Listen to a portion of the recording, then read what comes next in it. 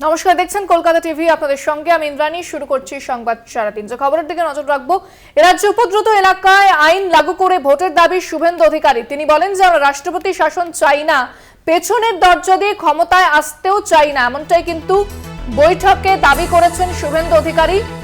উপদ্রুত এলাকায় আইন লাগু করে ভোটের দাবি শুভেন্দুর।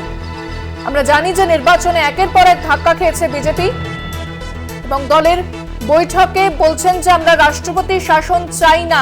কি বলেছেন শুভেন্দু অধিকারী, শোনাব আপনাদের।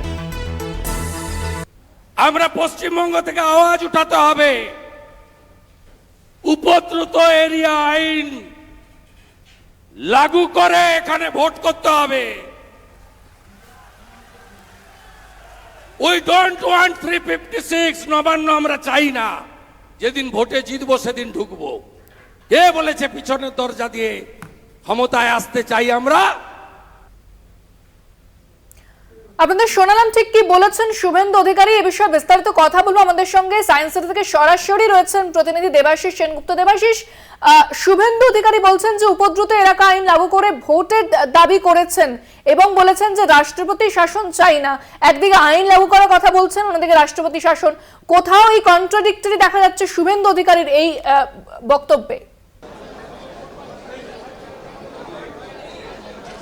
দেখো, একটা স্পষ্ট যে তার যে অভিযোগ, অর্থাৎ রাজ্যের বিরোধী দলের অভিযোগ যে লোকসভা নির্বাচন হয়েছে এবং উপনির্বাচন হয়েছে, সেই সমস্ত জায়গায় কিন্তু একটা বড় অংশের মানুষ তারা কিন্তু ভোট দিতে পারেনি শাসক দলের চোখ রাঙানিতে, এবং তাদের বিভিন্ন ক্ষেত্রে যদি বলা যেতে পারে যে তাদের শাসানিতে কিন্তু ভোট দিতে পারেনি।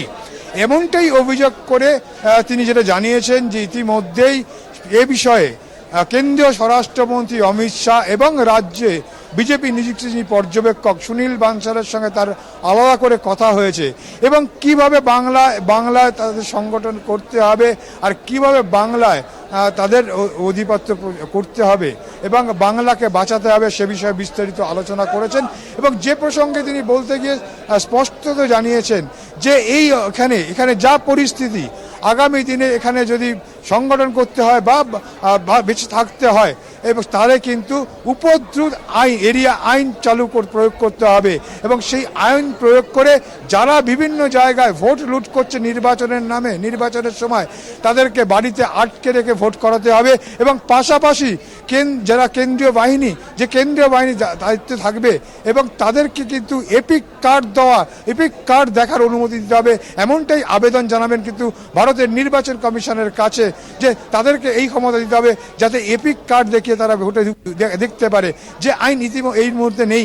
এবং সেই আইনও কিন্তু পরিবর্তনের কথা তিনি জানিয়েছেন এবং তিনি যাবেন নির্বাচন কমিশনের কাছে। অর্থাৎ তার একটাই বিষয় স্পষ্ট, যে বাংলায় যদি এখানে যদি নতুনভাবে এখানে যদি নতুন সরকার গড়তে হয়, অর্থাৎ বিজেপি যেটা চাইছেন 2026-এ, সেটা কোনো পিছনের দরজা দিয়ে নয়, নির্বাচনের মাধ্যমেই হবে। 356 ধারা প্রয়োগ না, রাষ্ট্রপতি শাসন জারি করে নয়, অর্থাৎ পিছনের দরজা দিয়ে না, একদম সরাসরি যে ক্ষমতা আছে কেন্দ্রের হাতে, অর্থাৎ সেক্ষেত্রে উপদ্রুত এরিয়া আইন বলবৎ করতে হবে, যে আইনের মাধ্যমে যারা এখানে গুন্ডা মস্তান আছে তাদেরকে কুঠুরিতে আটকে রেখে দিয়ে বা ঘরে তালা চাবি দিয়ে বন্ধ করে মানুষ যাতে তাদের ভোটাধিকার প্রয়োগ করতে পারে তার ব্যবস্থা করতে হবে। কারণ ইতিমধ্যে সংখ্যা তিনি জানিয়েছেন কিন্তু ভোট সংখ্যা তাদের কিন্তু বেড়েছে, যদিও আসন সংখ্যা কিন্তু ভোট সংখ্যা বেড়েছে।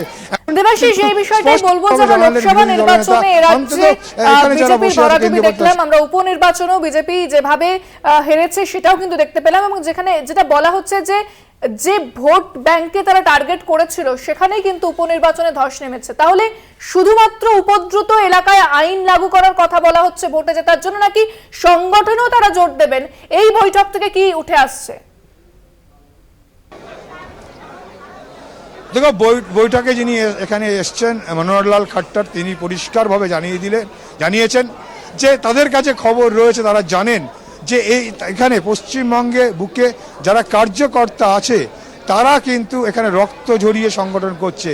রাজ্যের অন্যান্য জায়গায়, দেশের অন্যান্য জায়গায় বিজেপি যারা সংগঠক আছে তারা ঘাম ঝরাচ্ছেন, আর এই রাজ্যে খুন ঝরাতে হচ্ছে, রক্ত ঝরাতে হচ্ছে, অর্থাৎ সরাসরি অভিযোগ যে শাসক দলের বিরুদ্ধে, এবং যে অভিযোগ যাচ্ছে সেই অভিযোগ নেই, কিন্তু তিনি স্পষ্টত জানিয়ে দিয়েছেন যে এখানে তারা খুন ঝরছে এবং সেখানে সবাইকে এক হয়ে কাজ করতে হবে, এবং আগামী দিনে যে লক্ষ্য সেই লক্ষ্য তাদের পৌঁছতে গেলে সবাইকে এক হতে হবে, এবং প্রধানমন্ত্রী প্রকল্পগুলো যে প্রকল্প মানুষের কাছে পৌঁছে দিতে হবে।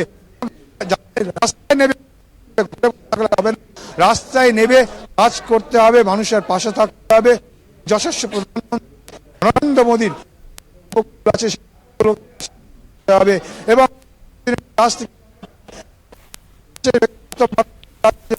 একেবারে দেবাশিস, তুমি সঙ্গে থাকো, আমরা যে খবরের দিকে নজর রেখেছি। রাজ্যে উপদ্রুত এলাকা আইন লাগু করে ভোটের দাবি করছেন শুভেন্দু অধিকারী, এবং যে হাই ভোল্টেজ বৈঠক বিজেপির, সেই বৈঠকে সংগঠনের দিকে বিশেষভাবে জোর দেওয়ার কথা বলা হচ্ছে শীর্ষ নেতৃত্বের তরফ থেকে।